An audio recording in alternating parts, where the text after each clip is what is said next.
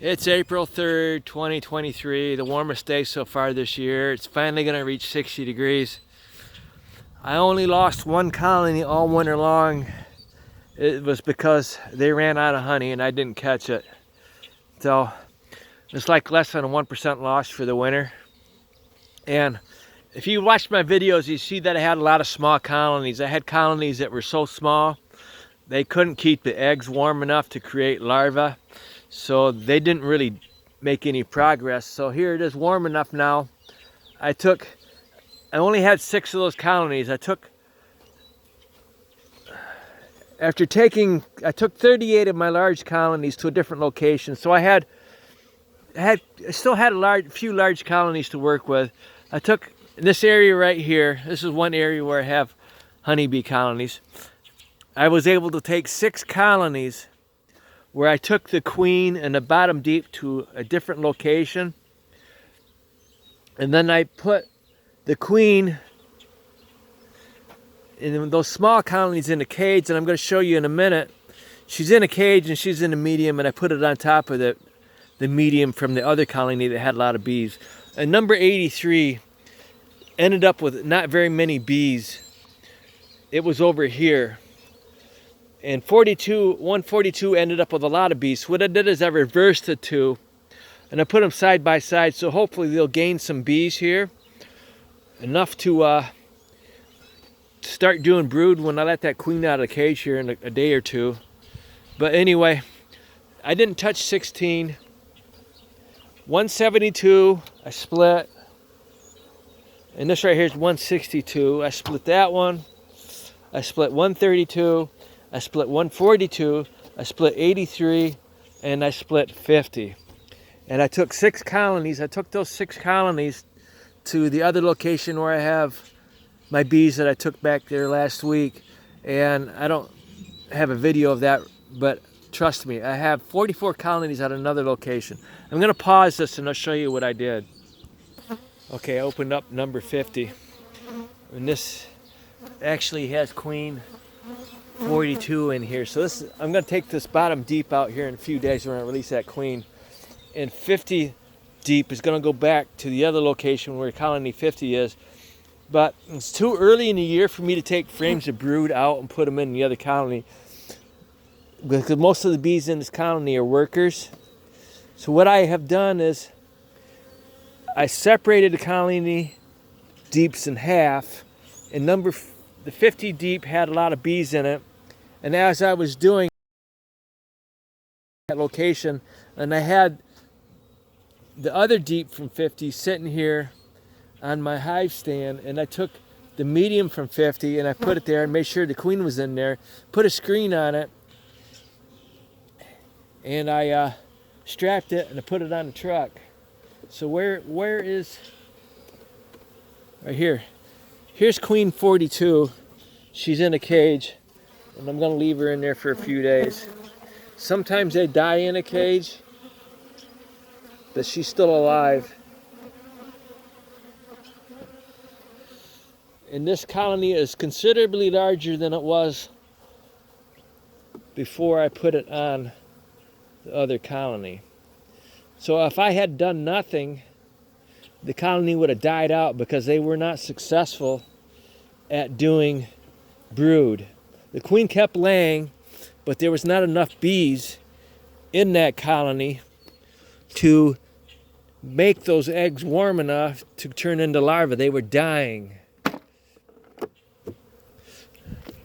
So therefore I saved that little colony. I had to wait until my larger colonies are large enough to do this. See all those bees there? It may look like a small cluster here, but then you look, see there's a bee bringing in pollen, and I got bees coming in. This colony's going to be okay, as long as that queen is okay. Sometimes those queens are no good, I admit that. And sometimes the colony will fail with that queen, and that queen will die, or they'll kill that queen, and I'll have to try it again. But to let a colony diminish to nothing without doing something about it. Here's a colony that I didn't have to do anything with. They had a hard time getting through winter, but I think they're going to be okay. I went through yesterday and I checked all the small colonies, and those that had cap brood I did not mess with. And those that didn't have cap brood, I put on splits for my larger colonies. You want me to do another one? Maybe I'll do that one right there.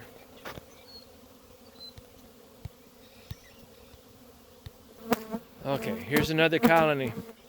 And what I was going to say is, I'm not wearing any protection. I'm not wearing a veil. I'm not wearing gloves. I get stung a lot, but it doesn't seem to bother me. And let's check this queen on this colony here. The reason why my bees have a hard time is from the toxic chemicals and not the varroa mites. Because as soon as it warms up, April or May, hopefully it's April this year, my colonies do just fine. If varroa mites were the issue, varroa mites would continue to kill my bees. But my bees only live 3 to 4 months because of toxic chemicals. And until the queen starts laying and producing new brood to replace the dead bees, the colony won't grow. And if I have a long winter, the colony gets smaller and smaller, and they're not able to produce brood because there's not enough bees in there. So it's not the varroa mites, I'm positive, all right? So here's bees on this cage here. Is that queen still alive? I would imagine she is because there's bees on the cage. I got bee in my mouth. When you get a bee in your mouth, you quickly spit it out, or else you're gonna get stung in your mouth, and that's gonna hurt. I can't really see that. I'm not wearing my glasses. But anyway, I'll know in a couple days if my splits are successful. Like I was saying, I only lost one colony all winter long. That was because I let it run out of honey. It was my fault. Let me pause this. Okay, again, I'll show you this. In 2019, I had a crop farmer 150 yards south of me planting corn on a windy day. The wind was coming from that direction. He was out there early in the morning, and I came back home around noon after doing an electrical job, and my bees are coming out of the hive doing this, with their legs up in the air, dying. So I called that family, told them what had happened, and they didn't come out to apologize. So the next day I called the state of Michigan, and this inspector came out and took samples, and I told her that it was the nurse bees, and she agreed the nurse bees were ones that were dying. And then a month or so later, she called me and told me, yes, my bees died from those chemicals the crop farmer used. And then a month or so after that, here it is now August, the state of Michigan told me it wasn't windy that day, and then the farmer did nothing wrong. But it's complete bullshit, you know? Your government is corrupt. They work for the corporations. I get a kick out of Americans. They're so patriotic. Patriotism is a form of control. Your government is not working for you. Your government is working for the rich. I'll pause this. There, can you see those bees? Let's walk through there. Hey, America, your government is blaming China for being successful, and trying to say that China should be put back down in place underneath the United States. United States government has been sending our jobs to other countries because that's what the rich people want. For several decades, our factories have been closing down, been moving to China or Mexico. So China is doing things for their people. Is that wrong for a government to do things for their people? You know, we have a democracy, or so they say, but the corporations control both parties, and it doesn't matter which party's in control. They work for the corporations. So stop blaming China for your problems. You got to start blaming your own government for your problems, okay? Think about what this country was right after World War II. We were the greatest nation on earth. But then they slowly shipped all of our jobs out of the country in order for the rich people to make money, cheaper labor. And it's made our lives difficult. And my life is difficult because of all the toxic chemicals in the environment. It's hard for me to keep honeybees going.